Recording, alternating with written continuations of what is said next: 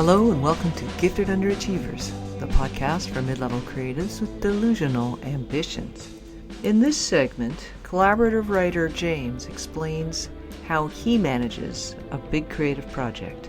In this case, it's a book, multiple books, but these tips, tools, and processes can apply to just about any project in any artistic field. Hope you enjoy. Hello, James. Yes, Pat. Yes, Pat. I'm meditating, but feel free to interrupt. Oh, okay, thanks, I will. I know you're trying to protect your space and time. Yeah. How are you doing today? So far so good. Is that it? Really? You interrupted my meditation? I interrupted you to ask how you're doing. No, I really have something I want to ask you about because we're doing a case study here in the Gifted Ah, Underachiever Clubhouse, and you're the okay. case. You're the case we're Okay. studying. Oh, Notice I'm I the didn't case. say head case. Yeah. Well, Uh, that would be obvious.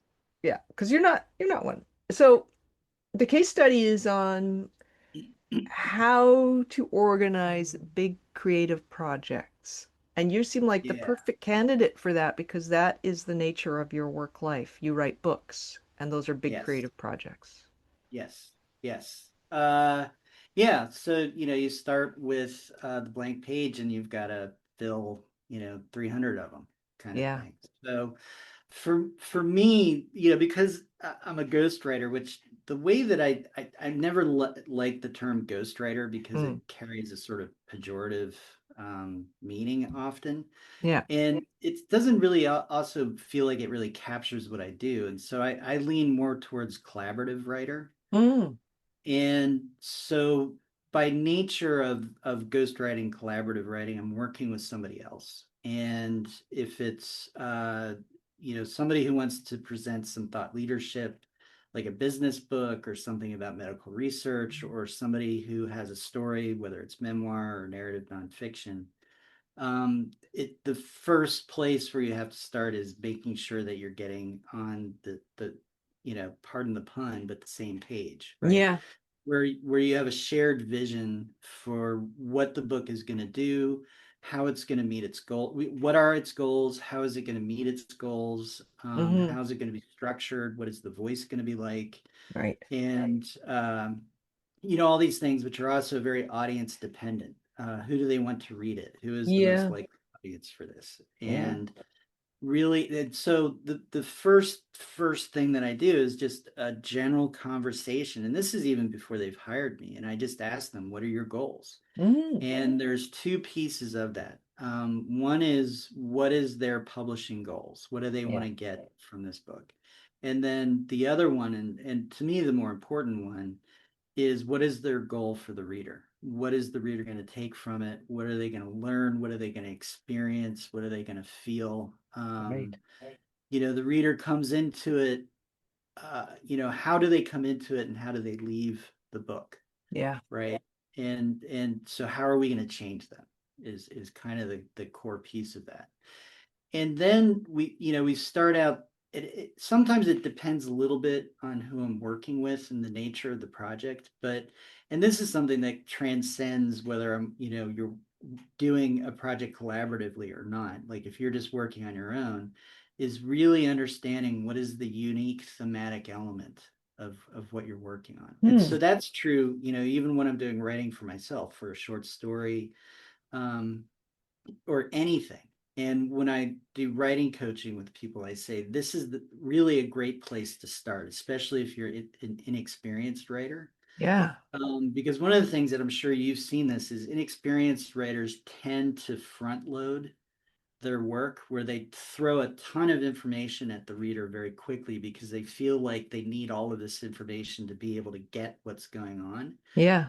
They've missed that there's a process of unfolding Mm. where you give the reader exactly what they need as they need it. Hmm. And to be able to do that properly, you have to understand what is your unique thematic element. And that then becomes your North Star to Mm. guide you through the writing. And it also guides you through the research, and so many other things, because you can spend tons and tons of time doing research and come up with piles and piles and mounds and stacks of research. And then when you get done with the project, you've used like 10% of it, Yeah. right? And that's because you didn't start really having that North Star to understand what is highly relevant, what is semi-relevant, and what is irrelevant.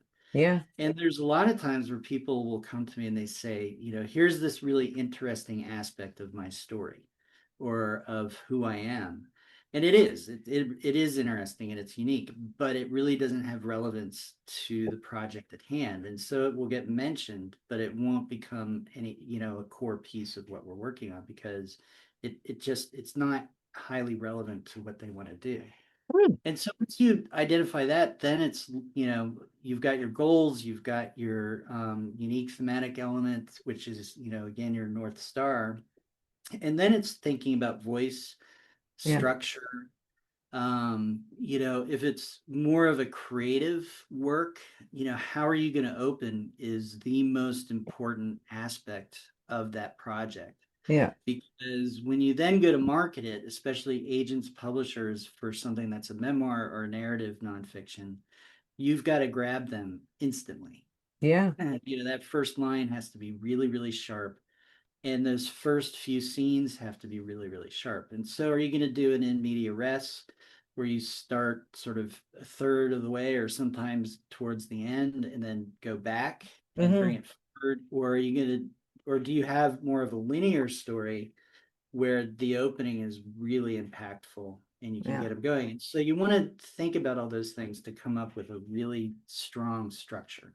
Wow. And, what are the parts, right? What are the Yeah. pieces? So, what does part one need to do, part two, part three? And then you get into thinking about chapters Mm. and what does chapter one need to do, chapter two, chapter three. I try and avoid writing prologues until excuse me, the all the writing is done.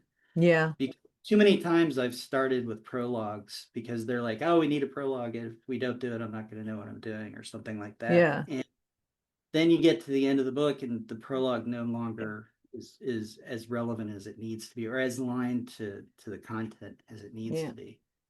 And so you're creating this kind of outline where you start with unique thematic elements, structure, open parts, chapters within the parts that are going to carry the narrative, whatever it is. And I don't do a lot of heavy outlining for individual chapters. We just know what the chapter is going to Right. say. And how I do that is a structure that begins with what is the mission, right? What is the chapter's mission? What does it Okay. have to do? And that includes for the reader.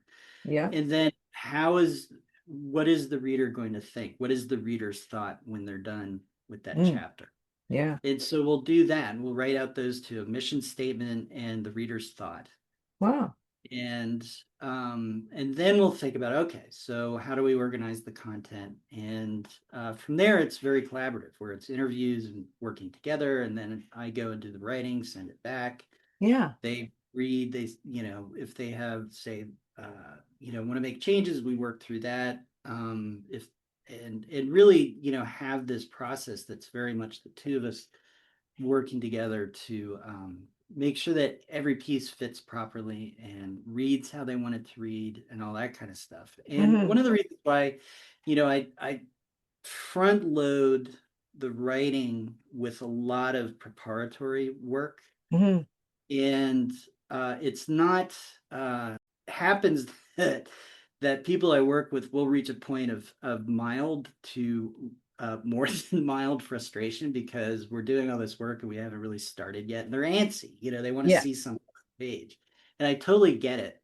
And usually what happens is because we do this work well, when they do get that first chapter, they're ecstatic. Yeah. They're Yeah. really, really happy with it because we have a shared vision. We're doing everything right. We're working together well and all that kind of stuff. And one of the reasons I do that is because I learned the hard way in a previous experience where the people I was working with were just get all the information, write the book, and go.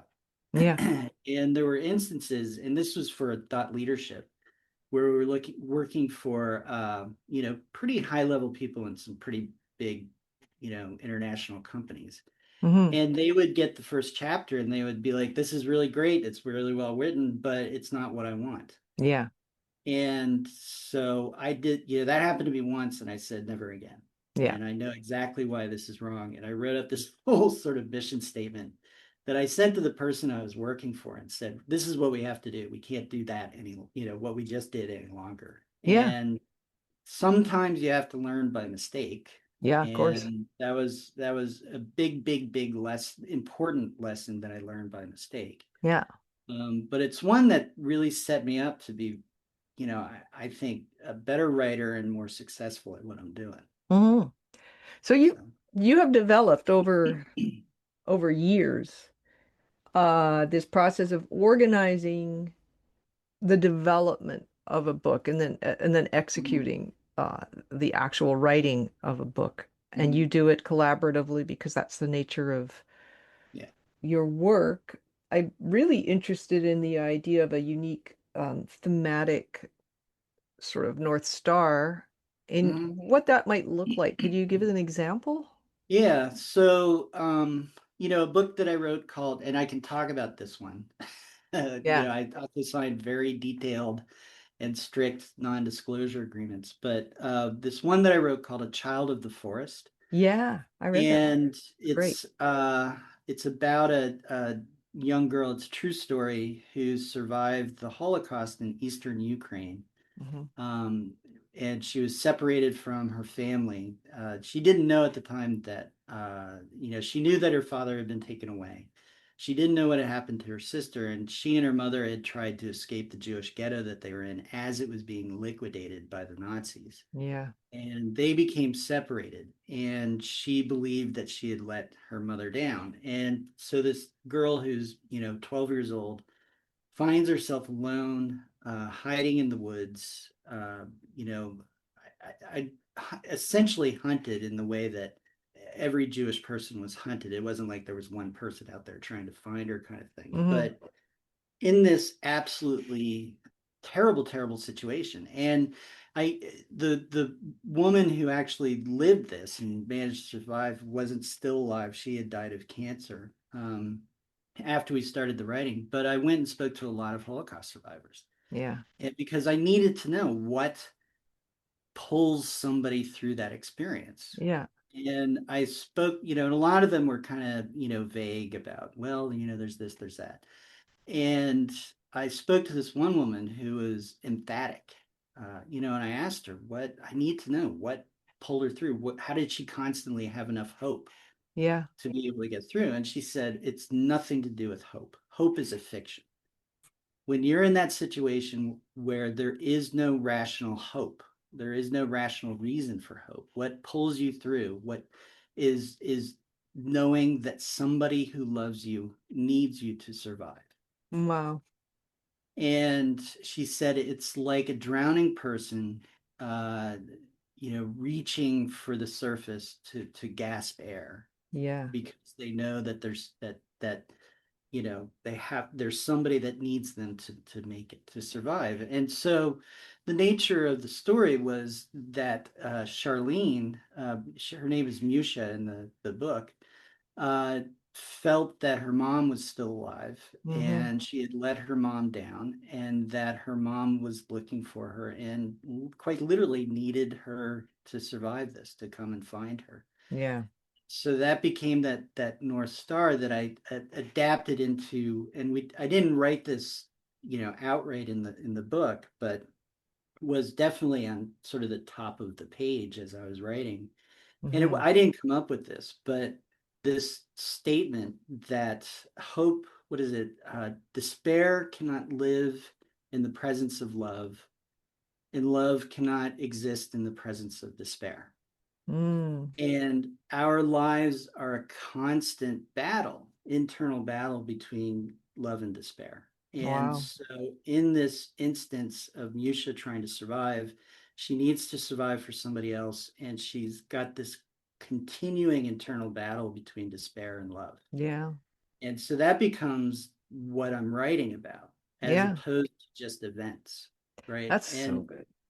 And to me, that's the big thing is you can't just write a series of events. You have Yeah. to write about something. Yeah. A bigger Um, idea, like you saying, it's unique and it's thematic.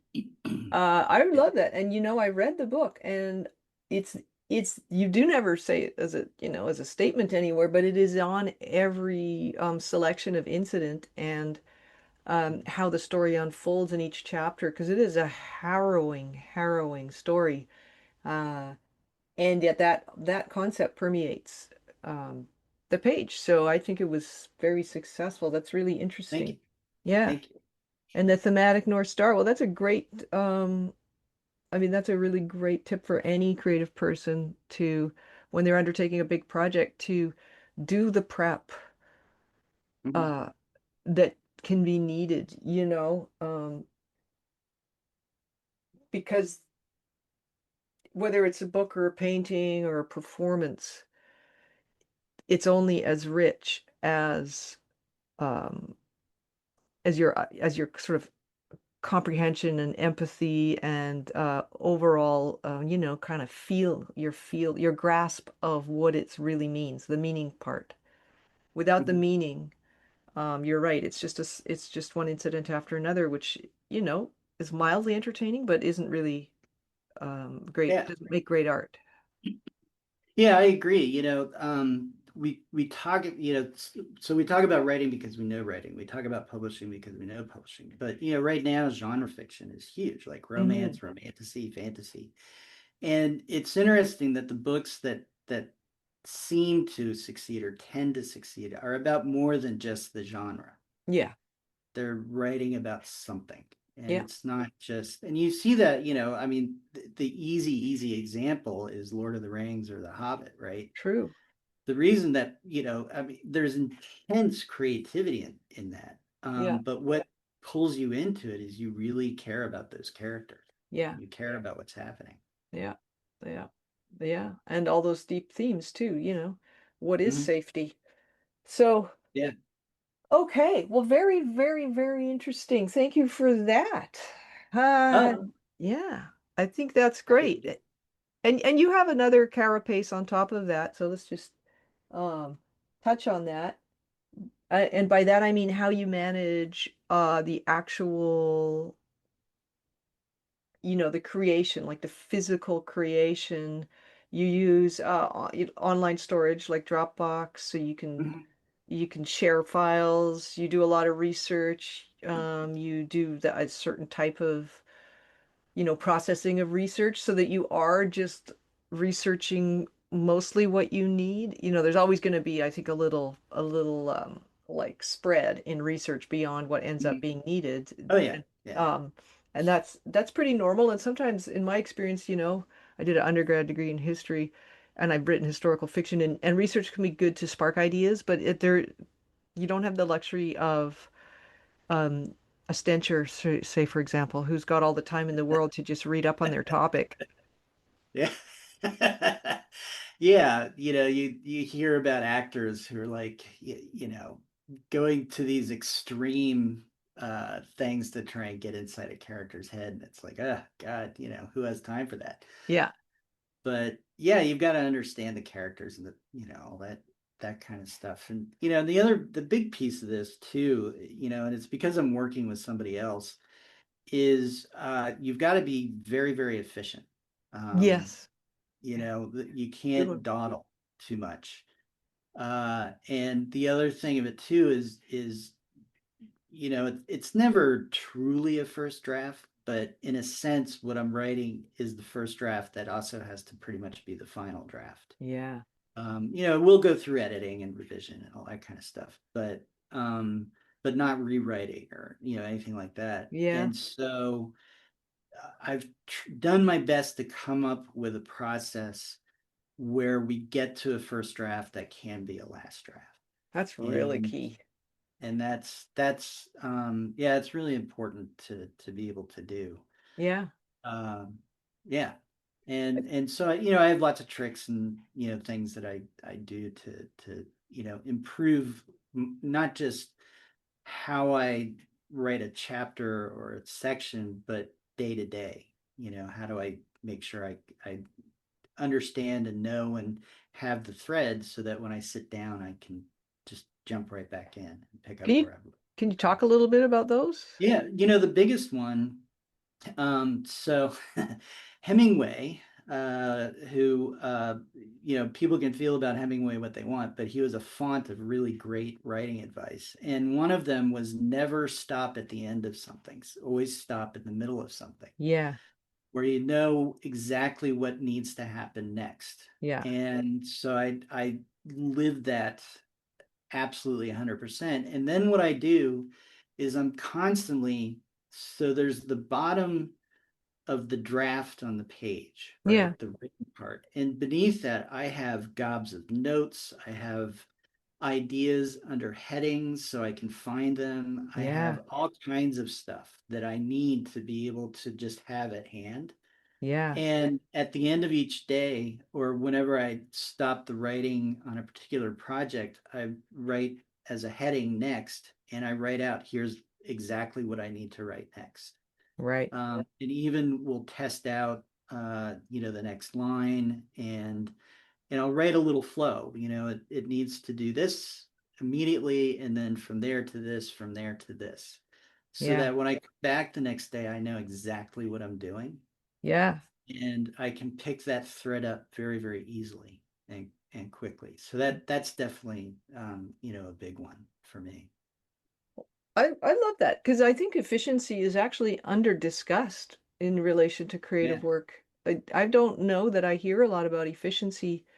Um, when you hear an actor talk about their stuff, they're not talking about how they're efficient, they're talking about how they get into it.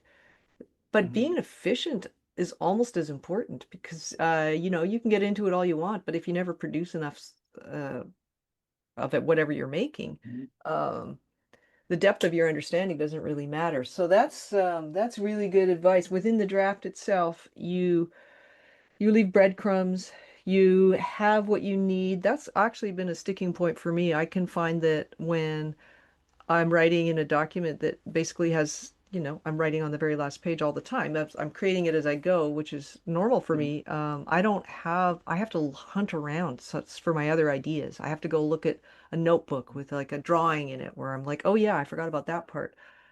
I'm going to steal that. Feel free. And Yeah. and that's been like one of the best things that I've figured out. Because I will have pages sometimes and I use headings. And in Word documents, if you go to view, let me actually pull up a Word document so I can make sure I get this right. So you go to view and you hit navigation pane, and in the left side of the Yeah. page, it shows all those headings. Yeah. Yeah. And you can grab and move headings around, which also grabs all the content related to that Yeah. heading. You can reorganize the Um, whole text with the and it navigation creates pane. this excellent map. Yeah. Uh, and so I can use that to very easily find, if I know I'm going to be using certain research, Hmm. I'll make sure that I put that down below, so that I can easily find it and Yeah. those kinds of things. Excellent. And some people use But, Scrivener in a similar way. Scrivener's just a software writers mhm. use that can allow you to lay out a project. I've used it for a complicated novel, and it was I hadn't compared it with using Word with the navigation pane. They both have pros and cons, but all that to Yeah. say, the concept of making your next step readily available so that you don't have to Mhm. do a whole bunch of, oh, like, where was I when you first sit down? Or if you're working on a painting, maybe the analogy would be, making sure your equipment is readily available, your Mhm. studio's warm enough to move around in, like there's all these little efficiencies Yeah. um Or that might, literally writing yourself a note, I need to fix this part of the painting, or here's where I was going to go with the next part, or yeah, and just all that speeding kind of stuff. your rate of production, not with the intent of being faster, but with the intent of spending less energy on stuff that doesn't matter, so you can devote it to Yeah. creating the work at hand. Yeah. Yeah. There's nothing worse than, you want to produce a certain amount of words per day, Yeah. And there's nothing worse than sitting down and having to spend an hour trying to find something. Yeah, no kidding. You know, like, oh, I thought I saw this on the web somewhere, you know, and off you Yeah. go. Oh my God. Yeah. So, Yeah. And it's easy to do, you yeah. know. Oh yeah, because well, and we're talking, I mean, you mean being organized is easy to do, or actually not knowing where shit is easy? Just going down dark alleys, Yeah. Oh, so you know, so true. that, you know, and it's not distractions. It's not like you're, you know, going off and doing something else. It's just because, you know, it's finding ways, like you said, to be prepared. And Yeah. so you're ready to jump in and you have what you need, you know, right off the bat, as Yeah. opposed to, you know, trying to get set up. And I actually think efficiency, as a sort of a guiding principle for creative work is an incredibly good one. And I had never thought of it that way until we went into your case study. But what it does is it makes you always do what needs to be done instead of wasting time. I waste a shitload of time unless I'm working on somebody else's stuff. Like I don't waste time Mhm. when I'm doing paid creative adjacent work, but I probably waste a ridiculous amount of time in my own writing because I forget where I am. I go for days without working on it and then I'm not prepared. And so I think my watchword for February and March is going to be efficiency and depth. And so have everything I need, really think it through. Do what I need to do to not have to write multiple drafts. Oh, thank you Yeah. very much. That was very enlightening.